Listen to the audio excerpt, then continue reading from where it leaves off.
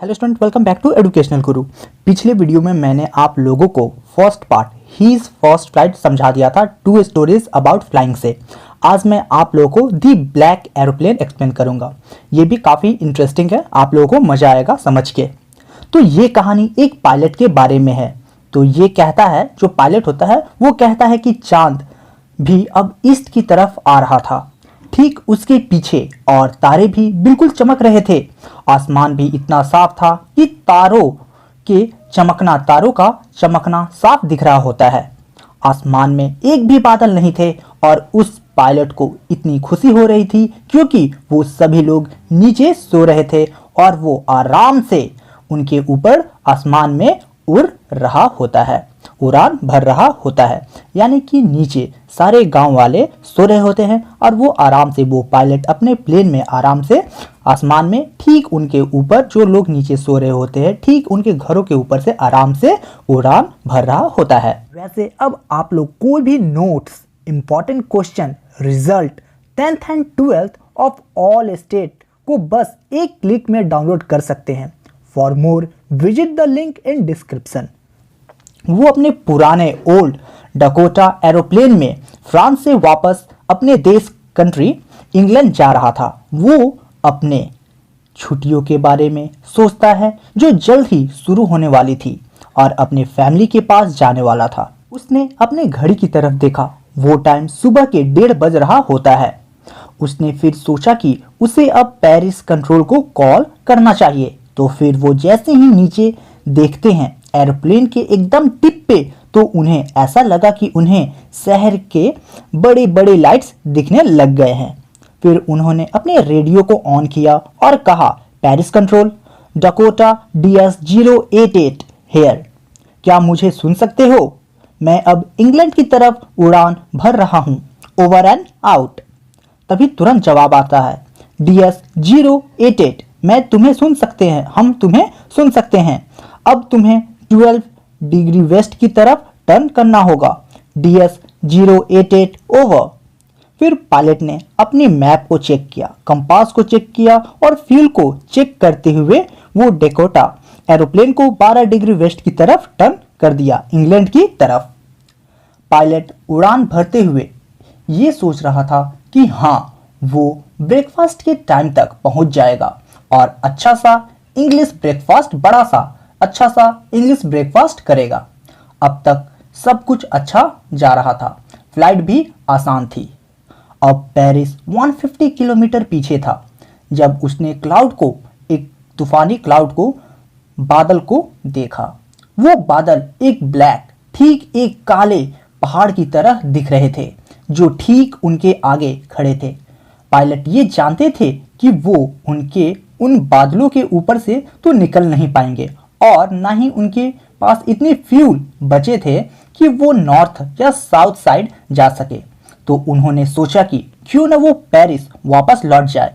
लेकिन उन्हें तो बस घर जाने का मन था, उन्हें बस वो नाश्ता करना था।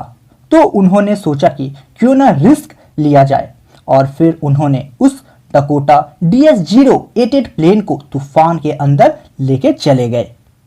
तो जैसे वो बादल के बीच में गए तो सब कुछ ब्लैक हो चुका था। एरोप्लेन के बाहर कुछ भी नहीं दिख रहा था। वो प्लेन बस उस क्लाउड में लग रहा था कि वो उछलता हुआ आगे बढ़ रहा है। फिर उन्होंने अपने कंपास को देखा और उन्हें तो अपने आंखों पर यकीन ही नहीं हुआ। कंपास गोल गोल घुमा जा रहा था, वो बिल्कुल खराब हो चुका था, ठीक से काम नहीं कर रहा था। बाकी के दूसरे इंस्ट्रूमेंट भी खराब हो गए थे। फिर उन्होंने रेडियो को ट्राई किया, पेरिस कंट्रोल, पेरिस कंट्रोल, क्या तुम मुझे सुन सकते हो? लेकिन कोई जवाब नहीं आया। रेडियो भी खराब हो गया था।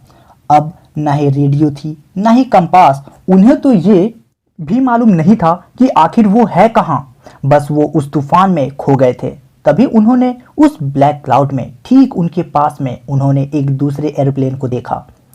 उसके विंग्स में कोई भी लाइट्स नहीं जल रहे थे, लेकिन उन्हें ऐसा लगा कि वो दूसरा प्लेन भी उस स्टॉर्म में ठीक उनके साथ ही चल रहा है। फिर उन्होंने देखा कि उस पायलट का फेस इनकी ही तरफ था। उन्होंने देखा कि उस पायलट का फेस इनके ही तरफ था। ये देख के काफ़ी खुश हो जाते हैं कि चलो कोई तो दिखा। फिर उस दूसरे प्लेन का पायलट ने इन्हें वेव भी किया और कहा कि उन्हें मैं फॉलो करूं। वो दूसरा पायलट जानता था कि मैं भटक चुका हूं और वो बस मेरी मदद करना चाहता था, यानी उस पायलट की मदद करना चाहता था। फिर उस दूसरे पायलट ने अपना प्लेन धीरे से नॉर्थ की तरफ टर्न कर लिया, ठीक उनके प्लेन डकोटा के नज़दीक से, ताकि मुझे यानी पायलट को आसानी हो, जो ये कहानी सुना रहे हैं उन्हें आसानी हो उन्हें फॉलो करने में। मैं काफ़ी खुश था, यानी वो पायलट काफ़ी खुश था कि ठीक एक ओबीडियंट बच्चों की तरह उसके पीछे पीछे चला जा रहा था उस दूसरे पायलट का बात मान के। अब हाफ एन आवर बाद भी वो दूसरा प्लेन उनके आगे ही था, लेकिन ओल्ड डकोटा में बस इतना ही फ्यूल बचा था कि वो बस 5 से 10 मिनट और उड़ सकता था। अब उन्हें डर लगने लग गया था।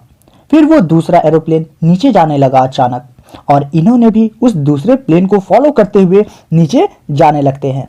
और अचानक से वो स्टॉर्म से बाहर निकल गए और उन्होंने 2 स्ट्रेट लाइन लाइट्स के दिखाई दिए ठीक उनके सामने। वो कुछ और नहीं, एक रनवे था। वो एयरपोर्ट का रनवे था। मैं अब बिल्कुल सेफ था। फिर उन्होंने दूसरे दोस्त को देखने के लिए मुड़े, लेकिन वहां कोई नहीं था। स्काई पूरा साफ था, बिल्कुल क्लियर था। अब वो ब्लैक एरोप्लेन था वो जो ब्लैक एरोप्लेन था वो जा चुका था। वो कहीं भी दिख नहीं रहा होता। फिर वो सेफली लैंड किए और ओल्ड डेकोटा को छोड़कर कंट्रोल टावर की तरफ चल दिए। फिर मैं यानी वो पायलट कंट्रोल सेंटर में गया और वहां बैठी एक लेडी से पूछा कि वो दूसरा प्लेन और पायलट कौन था उस स्टॉर्म में।